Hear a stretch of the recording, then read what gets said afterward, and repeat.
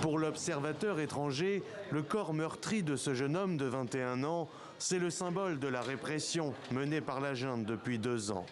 Pour Chan, c'est la marque de son engagement dès le 1er février 2021. D'abord les manifestations contre le coup d'État, puis l'entraînement aux côtés des milices populaires, jusqu'à cette attaque l'année dernière où il a perdu sa jambe. Je n'ai jamais eu de regrets pendant les combats ou quand j'ai été blessé.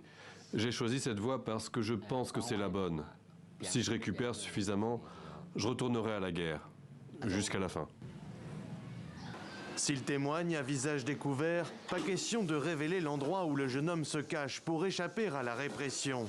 Surtout depuis le recensement organisé par les militaires au pouvoir. Officiellement pour préparer les élections promises par la junte, officieusement pour débusquer les fonctionnaires en grève et la résistance armée. Si la junte militaire en Birmanie va de l'avant avec les soi-disant élections dont elle parle, je m'attends à ce que cela alimente de nouvelles violences, car les personnes qui se présentent aux élections, en particulier celles des partis pro-militaires, seront considérées par les forces de défense populaire comme des cibles.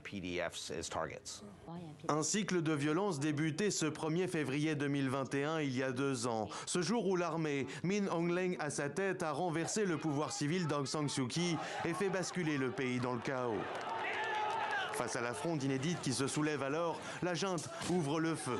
Tirs à balles réelles, détentions arbitraires, exécutions. La répression s'intensifie avec des raids aériens sur des villages, bastions de la résistance, visant indistinctement civils et combattants.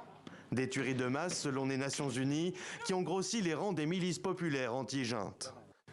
Quand un gouvernement élu sera choisi par le peuple, nous nous reposerons. Nous quitterons tous la révolution et nous ferons ce que nous voulions faire avant.